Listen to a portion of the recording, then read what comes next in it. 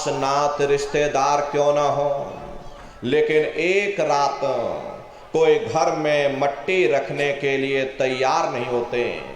कहते भाई जल्दी करो जल्दी करो, अब इनकी शक्ल देखने में हमको डर लग रहा, जल्दी से बाजार से कफन खरीद के लाओ, जल्दी से लकड़ियाँ खरीद के लाओ, जल्दी से चिता तैयार करो, इनको घर में से जल्दी से उठा ले जाओ, वहीं शमशान भूमि पर जला देना। ये जो घर में इनके कपड़े लत्ते पड़े हुए, हर इनके कपड़े लत्ते भी उठा ले जाओ, वहीं शमशान भूमि पर जला देना। जिस बिस्तर पर ये लेटे रहे, ये बिस्तर भी अशुद्ध हो गया। अब इनकी छुई हुई चीज हमको घर में एक नहीं चाहिए, इसलिए इनका बिस्तर भी उठा ले जाओ, वहीं शमशान भूमि पर जला देना। लेकिन उसने कोई सोने की अंगूठी पहनी होगी, उसे धीरे से उतार कर जेब में रख लोगे, बस वही एक अशुद्ध नहीं होगा और बाकी सब अशुद्ध हो जाएगा।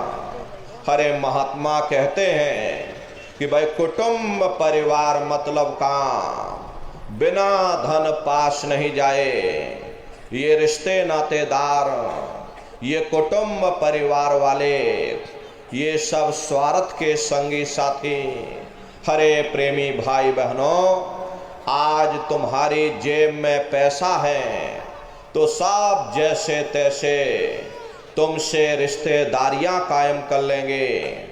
आज जेब खाली हो जाए, कोई किसी को याद करने वाला नहीं। 13 दिन बाद 13वीं मना दोगे, लड्डू पूड़ी पकवान बना करके खिला दोगे, फिर जाने वाले को कोई याद नहीं करता। अभी बूढ़े बुजुर्गों से पूछा जाए कि क्या तुमको तुम्हारे माँ बाप की याद आती है, तो कहेंगे भाई नहीं आती।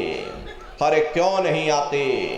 तुम्हारे माँ बाप थे, तुमको पाला पोसा बड़ा किया, खुद भूखे रहे होंगे, तुम्हारा पेट पाला होगा, तुमको तुम्हारे माँ बाप की याद क्यों नहीं आती?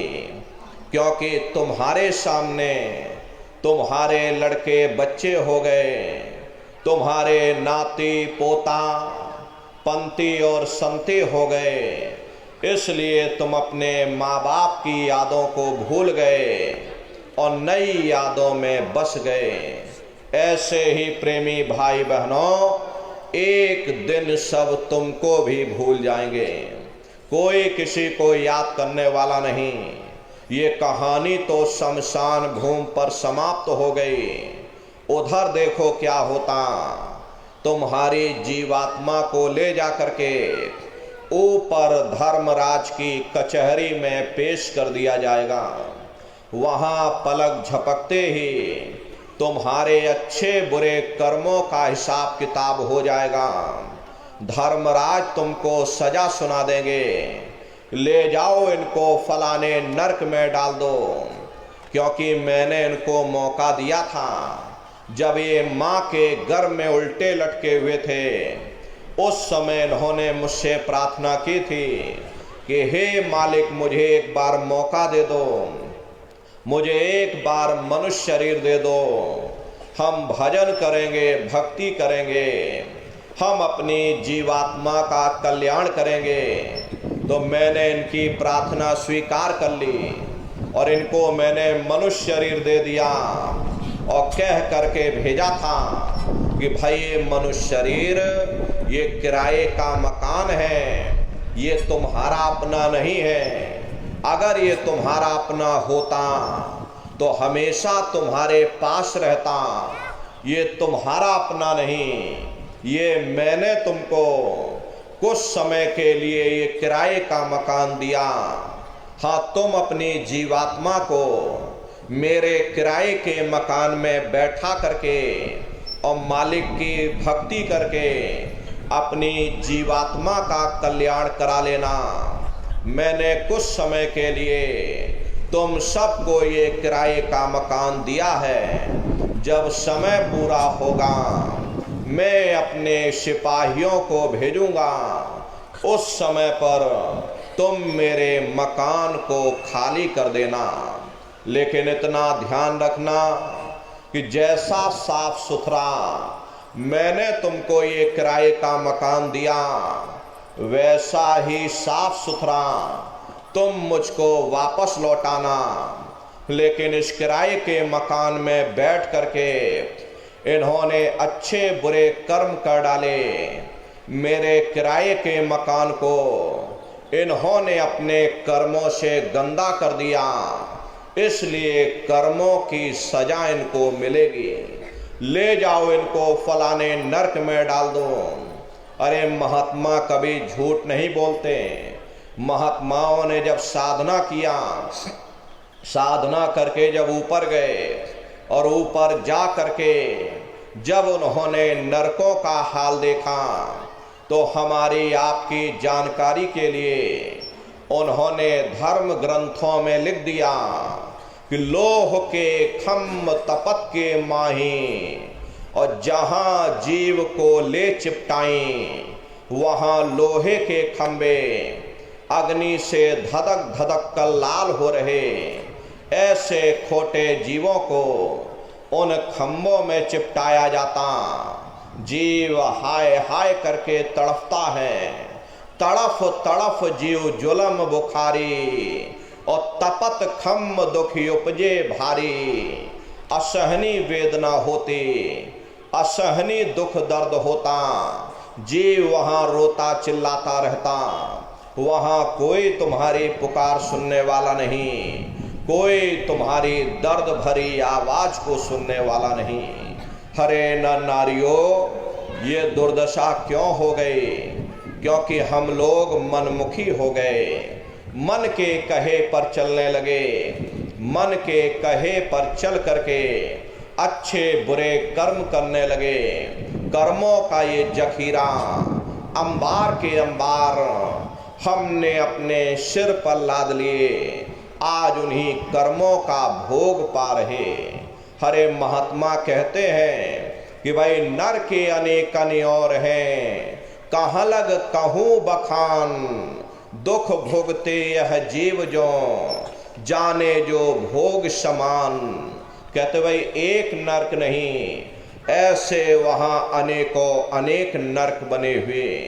अलग अलग खोटे पाप कर्मों के वहां पर अलग अलग नरक बने हुए। ये जीव अपने अपने कर्म के अनुसार अनंतों अनंत युगों तक, वर्षों की बात नहीं कर रहे, अनंतों अनंत युगों तक जीव नरकों की यातनाएं भोगता रहता। और नरकों की यातनाएं भोगने के बाद में इसी जीवात्मा को सीधे मनुष्य शरीर नहीं दिया जाता, बल्कि से 4 खान 84 लाख योनियों में डाला जाता। जैसे बच्चा होता है, बच्चा पहले कक्षा 1 पास करेगा, फिर कक्षा 2 में जाएगा। ऐसे वहां पर पूरा चैनल बना हुआ। नरकों की यातनाएं भोगने के बाद में इन्हीं जीवात्माओं को 4 खान 84 लाख योनियों में डाला जाता। ये 4 खान 84 लाख योनियां, ये कोई मामूली योनियां नहीं होती। 4 खान का मतलब होता है अंडज पिंडज उपमज स्थावर। ये 4 खाने हैं। पहली श्रेणी इन पेड़ पौधों की आती, जिनके अंदर पानी का तत्व मौजूद होता। कभी ये भी मनुष्य हुआ करते थे, लेकिन आज अपने कर्मों का भोग पा रहे एक जगह पर बेचारे खड़े हुए। दूसरी श्रेणी कीड़े मकोड़ों की आती है, जिनके अंदर पृथ्वी और अग्नि का तत्व मौजूद होता है। तीसरी श्रेणी पंछियों की आती, चौथी चौपाए जानवरों की आती, और 5वीं स्वयं इंसान की आती, जिसके अंदर 5 तत्व जल पृथ्वी अग्नि वायु आकाश 5 तत्व मौजूद होते। प्रेमी भाई बहनों, ये 4 खाने हैं। इनकी अलग अलग कुल 84 लाख योनियां होती हैं। अब आप पेड़ पौधों को देखिए तो नारियल का पेड़ अलग है, नीम का पेड़ अलग है, आम का पेड़ अलग है। ऐसे ही अलग अलग प्रजातियों के कीड़े मकोड़े, अलग अलग प्रजातियों के पशु पंछी, कुल मिलाकर के 84 लाख योनियां हैं। हम दुनिया के जीव नरकों की यातनाएं भोगने के बाद में इन्हीं 84 लाख योनियों में डाले जाते। मामूली कष्ट नहीं होता। अरे हमको आपको गर्मी लग गई तो हम लोग छाया में आ गए, सर्दी लग गई कंबल रजाई ओढ़ लिया, भूख लग गई रोटी खा ली, बीमार हो गए अस्पतालों में चले गए, अपना अपना इलाज करवा लिया। लेकिन देखो उन जानवरों को, क्या गर्मी, क्या सर्दी, क्या बरसात, एक एक निवाले के लिए दर बदर ठोकरें खाते रहते। किसी का हाथ कट गया, किसी का पैर कट गया, किसी को जीते जी काट डाला, मुर्गी की गर्दन ही मरोड़ डाली। क्या उनको दर्द नहीं होता? अरे उनको भी दर्द होता है, उनको भी तकलीफ होती। मादा बिच्छू होती है, मादा बिच्छू, उसकी मृत्यु कैसे होती? मादा बिच्छू जब अपने बच्चे को जन्म देती है तो उसी के बच्चे अपनी भूख को मिटाने के लिए अपनी माँ की पीठ पर चढ़ जाते हैं और उसी के मांस को नोच नोच करके खाते हैं। असहनीय वेदना होती, वो कराहती रहती है, तड़पती रहती है, और जब तक हड्डी हड्डी ना बच जाए तब तक उसके बच्चे अपनी माँ की पीठ से नीचे नहीं उतरते। ऐसे न जाने कितने जीव जंतु हैं, रोज उनको पीड़ा होती, रोज मारे जाते, काटे जाते हैं। बीमार बैलों की दुर्दशा देखो, उनके मुंह से फसूकर निकलता रहता, लेकिन टनों बोझा उनके ऊपर डाल दिया जाता, डंडा मार मार करके चलाया जाता। क्या उनको दर्द नहीं होता? अरे उनको भी दर्द होता है, उनको भी तकलीफ होती, लेकिन वे बेचारे बेजुबान हैं, कुछ बोल नहीं पाते, कुछ बता नहीं पाते। हम लोगों के अंदर जुबान है, हम लोग बोल बता देते, वे सिर्फ रोते और चिल्लाते रहते। अरे कौन उनकी पुकार सुनने वाला, कौन उनकी दर्द भरी आवाज को सुनने वाला? कौन सी अदालत में जाकर के वे बेचारे दरवाजा खटखटाएं? कौन मजिस्ट्रेट उनकी फरियाद को सुनेगा? अरे प्रेमी भाई बहनों, कोई सुनने वाला नहीं। अरे कई जन्म भय कीट पतंगा, कई जन्म भय मीन कुरंगा, कई जन्म पंखी सरफोयो, कई जन्म है वर वृक्ष जोयो। मिल जगदीश मिलन की बरिया और चिरंकार यह देश सजरिया। करोड़ों करोड़ युगों से नरकों की यातनाएं भोगने के बाद फिर हम लोगों को कभी कीड़े पतंगों की योनि में, कभी पेड़ पौधों की योनि में, तो कभी पशु और पंछियों की योनि में डाला जाता। प्रेमी भाई बहनों, 84 लाख योनियों की सबसे जो आखिरी योनि होती है वो गाय और बैल की योनि होती। गाय स्त्री का रूप लेती है और बैल पुरुष का रूप लेते। ये 84 लाख योनियों की सबसे आखिरी योनि यानी कि अंतिम पायदान होता है। उसके बाद तब जा करके हम लोगों को दोबारा फिर से मनुष्य शरीर प्राप्त होगा। इसीलिए कहा गया, बड़े भाग्य मानुष तन पाया, कोट जन्म जब भटका खाया। कोटान कोट जन्म जन्मांतरों तक अलग अलग योनियों में भटकने के बाद में तब बड़े सौभाग्य से हम लोगों को ये मानव तन प्राप्त हुआ। अरे बड़े से बड़े देवी देवता भी इस मानव तन को पाने के लिए तरसते हैं, क्योंकि इन 84 लाख योनियों से, उन नरकों से निकलने का केवल एक ही दरवाजा है, वह केवल मनुष्य का शरीर है। इसी मनुष्य रूपी मंदिर में बैठ करके हम उस परमात्मा को प्राप्त कर सकते।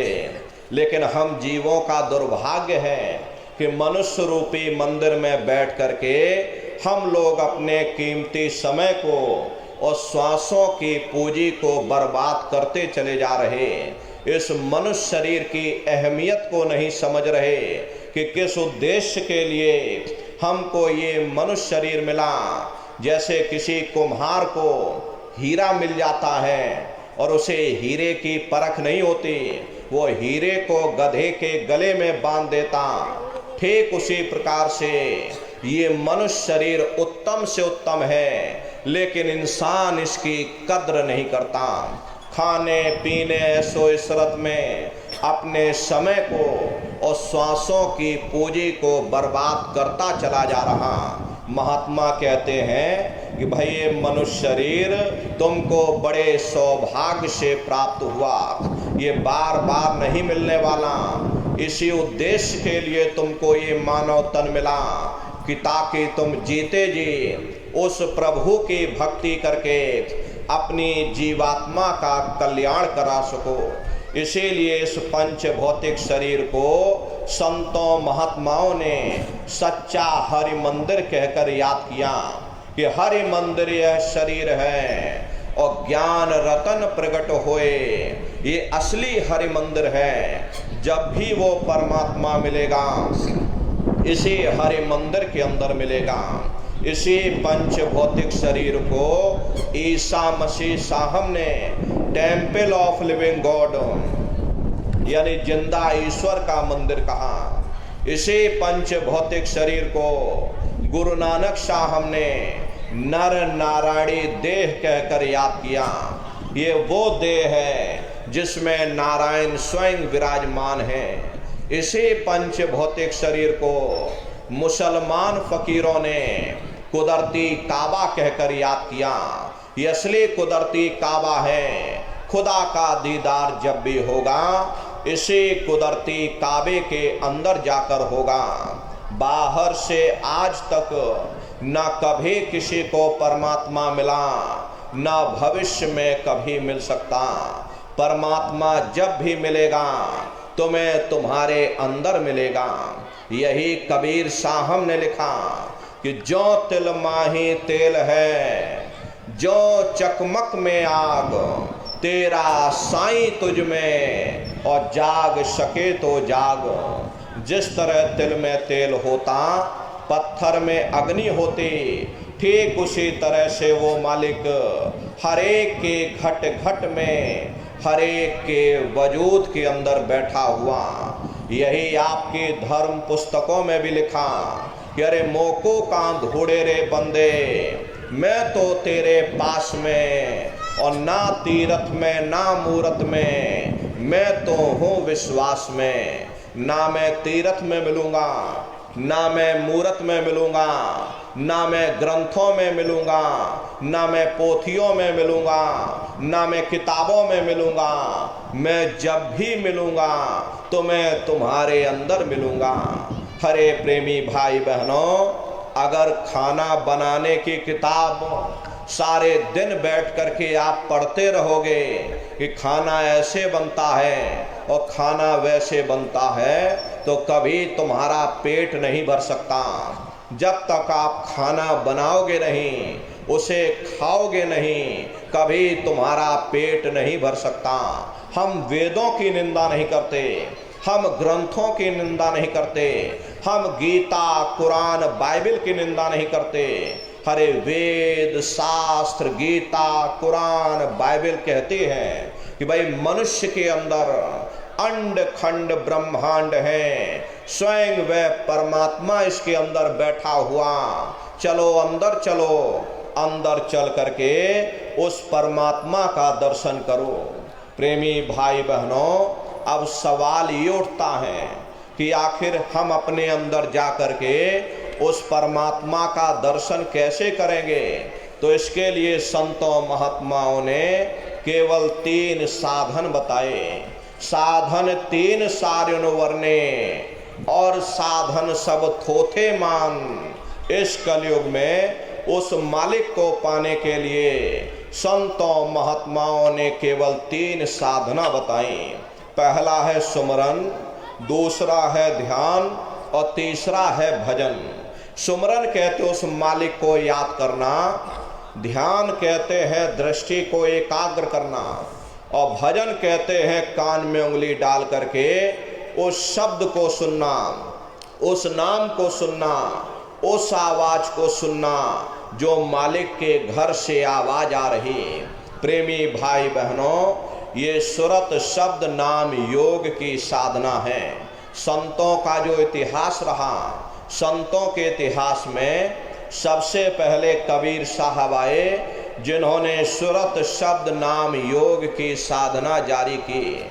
उसके बाद गुरु नानक साहब आए, गुरु नानक साहब ने भी सुरत शब्द नाम योग की साधना जारी की।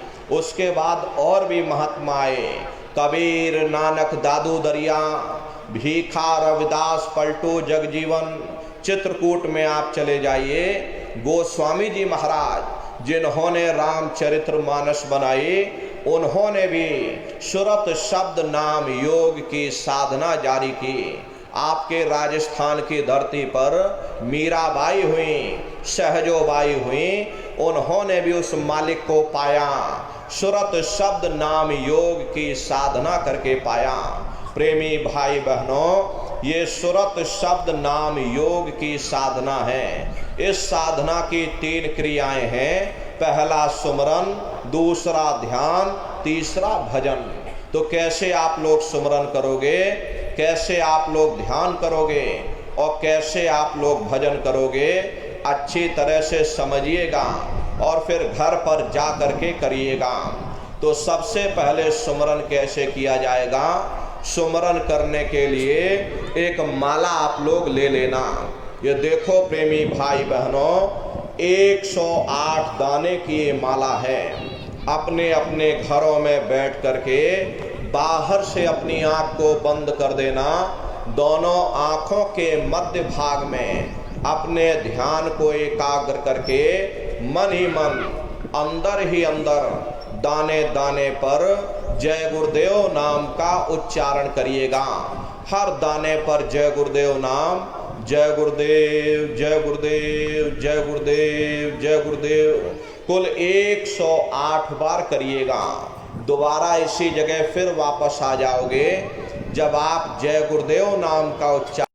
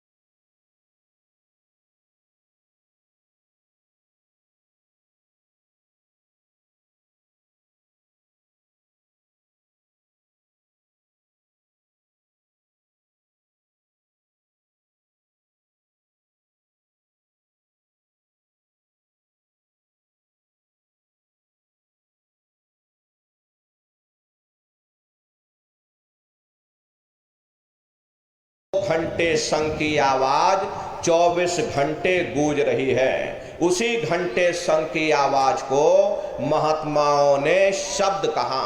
अरे आपकी धर्म पुस्तकों में लिखा है कि पोथी पढ़ पढ़ जग मुआ, पंडित भया न कोई, 2.5 अक्षर प्रेम का, पढ़े सो पंडित हुए। दुनिया वाले कहते हैं कि 2.5 अक्षर का मतलब प्रेम है। अरे प्रेम नहीं है, प्रेम में तो मात्रा लगी हुई। यहाँ पर जिस 2.5 अक्षर का वर्णन उन महात्माओं ने किया वो है शब्द, शा आदा बा और दा। उसी को महात्माओं ने नाम कहा। कलयुग केवल नाम अधारा, सुमेर सुमेर नर उतर ही पारा। कलयुग में केवल नाम का आधार है, वो नाम तुम्हारे अंदर दिन और रात धुनकारे दे रहा। तो उसी घंटे शंख की आवाज को महात्माओं ने शब्द या नाम कहा। उसी को मुसलमान फकीरों ने कलमा कहा। उसी को ईसा मसीह साहब ने वर्ड या लागश कहकर याद किया। उसी को गुरु नानक साहब ने अनहद वाणी कहकर के याद किया। चीन में जो महात्मा हुए उन्होंने इसको ताओ कहकर याद किया और हिंदू महात्माओं ने इसे देववाणी, आकाशवाणी कहकर के याद किया। उन अलग अलग महात्माओं ने अपनी अपनी भाषा में हम लोगों को समझाने की कोशिश की कि भाई वो घंटे शंख की आवाज तुम्हारे सबके अंदर गूंज रही, वो आपको सुनाई पड़ेगी। लेकिन शुरुआती समय में आपको ऐसा मालूम पड़ेगा कि कहीं बड़ी दूर पर घंटियां बज रही, टन टन टन, लेकिन सुनाई हर एक को पड़ेगी। प्रेमी भाई बहनों, जब घंटे शंख की आवाज आपको सुनाई पड़ने लग जाए तब आप उस आवाज को पकड़ लेना, उसको सुनने लग जाना। जब आप उसको सुनने लग जाओगे तो वो आवाज धीरे धीरे बढ़ना शुरू होगी और बढ़ते बढ़ते इस कदर बढ़ेगी कि आपके रोम रोम में घंटे और शंख की आवाज गूंजने लग जाएगी। अरे बड़ी घनघोर आवाज होती है, बड़े मधुर वो आवाज होती। ये जो दुनिया के संगीत आप सुनते हो उस रूहानी संगीत के सामने ये दुनिया के संगीत कुछ नहीं है।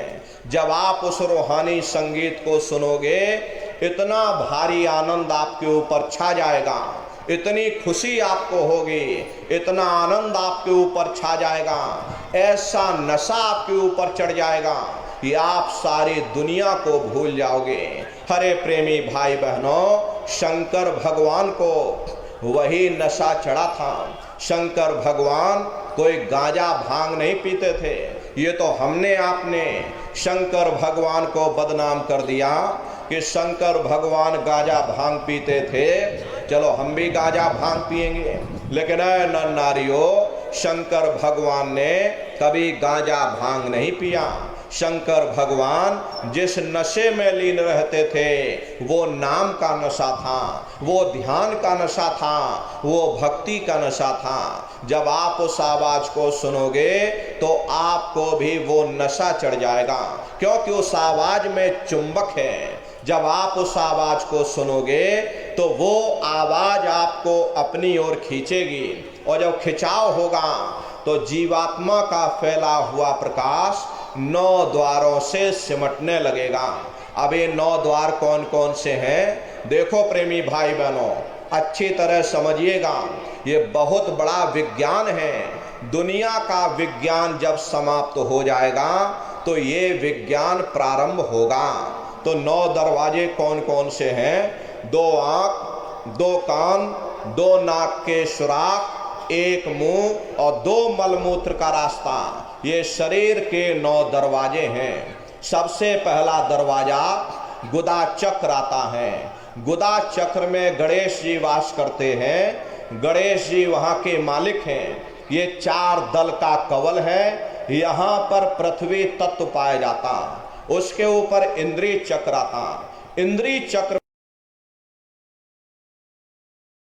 कवल है, यहाँ पर जल तत्व पाया जाता, उसके ऊपर ये नाभि चक्र आता। नाभि चक्र में विष्णु जी वास करते। ये 8 दल का कवल है, यहाँ पर अग्नि तत्व पाया जाता। उसके ऊपर ये हृदय चक्र आता। हृदय चक्र में शिव जी वास करते। ये 12 दल का कवल है। यहाँ पर वायु तत्व पाया जाता। हरे वास तो वो ऊपरी मंडलों में करते, लेकिन उनका प्रकाश, उनकी किरणें इन चक्रों पर पड़ती हैं। उसी के ऊपर ही कंठ चक्र आता है। यहाँ पर आद्या महाशक्ति की किरणें पड़ती और ये 16 दल का कवल है। और आप सबसे ऊपर, तुम्हारी जीवात्मा सबसे ऊपर दोनों आंखों के मध्य भाग में बैठी है, जहां पर देवियां बिंदी लगाती और पुरुष जहां टीका लगाते। ये बिंदी और टीका यहां पर इसीलिए लगाया जाता क्योंकि यहां पर तुम्हारी जीवात्मा बैठी है, उसका श्रृंगार किया जाता है। तो ये 10वां द्वार है जहां पर तुम्हारी जीवात्मा बैठी हुई। इसी 10वें दरवाजे पर बैठ करके जीवात्मा अपने प्रकाश को 9 दरवाजों में फैलाती है, जिससे आपका ये शरीर चलता, आपके हाथ, आपके पैर चलते हैं। जब आप भजन करोगे और घंटे शंख की आवाज को सुनोगे तो उस आवाज में चुंबक है, वो आवाज आपको अपनी ओर खींचेगी। और जब खिंचाव होगा तो जीवात्मा का फैला हुआ प्रकाश 9 दरवाजों से सिमट करके यही 10वें दरवाजे पर इकट्ठा हो जाएगा। और जैसे यहाँ पर इकट्ठा हुआ, तुरंत शब्द जीवात्मा को खींच करके इस शरीर से बाहर कर देगा। फिर आप अपनी आंखों से देखिएगा कि हमारा शरीर ये है और हम ये खड़े। आप अपने शरीर से अलग हो जाओगे। जैसे चिड़िया होती है, चिड़िया घोंसले से निकल करके आसमानों की उड़ान भरती है, शाम को फिर अपने घोंसले में आ जाती। ऐसे ही तुम्हारी जीवात्मा इस शरीर रूपी घोंसले से निकल करके ब्रह्मांडों की सैर करेगी, देवी देवताओं के दर्शन करेगी, राम और कृष्ण के दर्शन करेगी और घूम करके फिर अपने शरीर रूपी घोंसले में वापस चली आएगी। हरे प्रेमी भाई बहनों, ये ब्रह्मा विष्णु महादेव जिनकी सारी दुनिया पूजा करते हैं, आप सभी लोग ब्रह्मा विष्णु महादेव की पूजा करते हो, लेकिन कभी आपने विचार नहीं किया कि भाई जिनकी हम पूजा कर रहे हैं, आखिर ये है कौन, ये कहाँ पर रहते हैं, ये क्या काम करते हैं, हर इनके माँ बाप कौन है। तो जरा संक्षिप्त में आप लोग समझिएगा, क्योंकि अगर इसका वर्णन किया जाएगा लाखों वर्ष लग जाएंगे। एक लोक का वर्णन नहीं हो सकता, इतने विशाल विशाल लोक बने हुए। लेकिन संक्षिप्त में आपको बताया जा रहा कि किन किन मंडलों को पार करते हुए आप अपने 5वें मंडल पर यानी कि सचखंड में पहुंचोगे। प्रेमी भाई बहनों, जब आप भजन करोगे और घंटे शंख की आवाज को पकड़ करके शरीर रूपी घोंसले से जब बाहर निकल जाओगे, तो उसी शब्द को पकड़ करके ये जीवात्मा ब्रह्मांडों की चढ़ाई करेगी। पलक झपकते यह जीवात्मा खरबों जोजन ऊपर चली जाती। ये सूरज चांद सितारों को पार करने के बाद सबसे पहले जो आपको लोक मिलेगा, उसे महात्माओं ने शिवलोक कहा। शिवलोक तमोगुणी स्थान है, वहां के मालिक शिव जी हैं, वो पार्वती जी के साथ उस लोक में विराजमान हैं। शिव जी का दर्शन करने के बाद फिर जब आप ऊपर चढ़ोगे, उसी के ऊपर ब्रह्मा जी का लोक आएगा। ब्रह्मा जी का लोक वो रजोगुणी स्थान है, वहाँ के मालिक ब्रह्मा जी हैं। वो गायत्री सावित्री और सरस्वती के साथ उस लोक में विराजमान हैं। ब्रह्मा जी का दर्शन करने के बाद फिर घंटे शंख की आवाज को पकड़ करके फिर जब आप ऊपर चढ़ोगे, उसी के ऊपर विष्णु लोक आएगा। विष्णु लोक वो सतोगुणी स्थान है, वहाँ के मालिक विष्णु जी हैं। उनका बड़ा मनमोहक स्वरूप है, उनकी 4 भुजाएं हैं और चारों भुजाओं में शंख, गदा, पद्म और चक्र सुशोभित हैं और आप क्षीर सागर में लक्ष्मी जी के साथ विराजमान हैं। ये तीनों देवता ब्रह्मा, विष्णु, महादेव अपने अपने लोक में बैठ करके राज कर रहे। एक रचयिता है जो जीवों को रचता है, एक पालनहार है जो जीवों को पालता है और एक संहार करता जो जीवों को नष्ट कर देता। एक का काम है घड़े को बनाना, एक का काम है घड़े की सुरक्षा करना और एक का काम है घड़े को फोड़ देना। इनकी जो माता है वो आद्या महाशक्ति हैं। ब्रह्मा, विष्णु, महादेव लोक के ऊपर वो आद्या महाशक्ति का लोक आता और उसी लोक को पार करने के बाद सबसे पहला देश पड़ता है, या यूं कह लीजिए कि पहली राजधानी पड़ती है, जिसे महात्माओं ने सहस दल कवल कहा। वो राजधानी है। ये ब्रह्मा, विष्णु, महादेव के जो लोक हैं उस राजधानी के अंतर्गत आने वाले जिले हैं। राजधानी का जो मालिक है वो निरंजन भगवान है। ये ब्रह्मा, विष्णु, महादेव ये निरंजन भगवान के ही पुत्र हैं और ये आद्या महाशक्ति ये निरंजन भगवान की अर्धांगिनी हैं और निरंजन भगवान स्वयं तीनों लोकों के मालिक हैं। उन्हीं को त्रिलोकीनाथ कहा जाता। हिंदू उन्हीं को परमात्मा कहते, मुसलमान उन्हीं को खुदा कहते, ईसाई उन्हीं को गॉड कहते। घंटे और शंख की आवाज जो हर इंसान के अंदर गूंज रही, वो आवाज उन्हीं के मुखार बिंद से हो रही। निरंजन भगवान का जो स्वरूप है वो ज्योतिष स्वरूप है। हजार बाती की अखंड ज्योति वहां पर बराबर जल रही। हम आप यहाँ मंदिरों में ज्योति जलाते हैं, ये तो उसकी नकल करते हैं। इस ज्योति में तेल की जरूरत पड़ती, बाती की जरूरत पड़ती, लेकिन वो अखंड ज्योति ऐसी है जिसमें ना तेल की जरूरत है और ना बाती की जरूरत है। पलटू साहब ने जिक्र किया कि उल्टा कुआ गगन में तिसमें जरे चिराग और तिसमें जरे चिराग, बिना रोगन बिन बाती और 6 ऋतु 12 मास जरत रहे दिन राती। सतगुर मिले जो होए ताहि की नजर में आवे और बिन सतगुर नहीं कोई वाह को दर्शावे। वो अखंड ज्योति ऐसी है जिससे पूरा ब्रह्मांड प्रकाशवान हो रहा। जितनी भी अवतारी शक्तियां आई, राम आए, राम को वहीं से नीचे उतारा गया। इसीलिए उस देश को अयोध्या नगरी या कौशलपुर देश भी कहा गया। और जितने देवी देवता ब्रह्मा, विष्णु, महादेव आदि की उत्पत्ति वहीं से हुई। अरे गोस्वामी जी महाराज ने जब साधना की तो उन्होंने रामचरित्र मानस में लिख दिया कि मुद्यो नैन त्रिशत में भयो और पुण्य चितवत कौशलपुर गयो। जब मैंने अपनी आंख बंद की और अंतर की आंख खुल गई तो मैंने देखा कि मैं कौशलपुर देश में पहुंच गया। मोहि विलोक राम मुस्काई, मुझे देख करके राम भगवान प्रसन्न हो गए और अंदर जाने का मुझे रास्ता दे दिया। और जब मैं अंदर जाकर के ऊपर की ओर बढ़ा तो मैंने क्या देखा कि अति विचित्रता लोक अनेका, रचना अधिक एक तेका। विचित्र विचित्र भांत के वहां पर लोक बने हुए, एक से सुंदर एक महल बने हुए जिनकी शोभा अवर्णीय है। प्रेमी भाई बहनों, ये गोस्वामी जी महाराज जब साधना करके वहां पहुंचे, वहां का उन्होंने दृश्य बताया। उन्होंने रामचरित्र मानस में साफ साफ लिख दिया। प्रेमी भाई बहनों, तो राम भगवान का दर्शन करने के बाद फिर तुम्हारी ये जीवात्मा दूसरे मंडल के शब्द को पकड़ करके दूसरे मंडल की चढ़ाई करेगी। श्याम तज श्वेत को गहना, सुरत को तान धुन सुनना और बंक के द्वार धस बैठो और त्रिकुटी जाय कर लेना। उसी के ऊपर दूसरा देश आता जिसे महात्माओं ने त्रिकुटी देश कहा।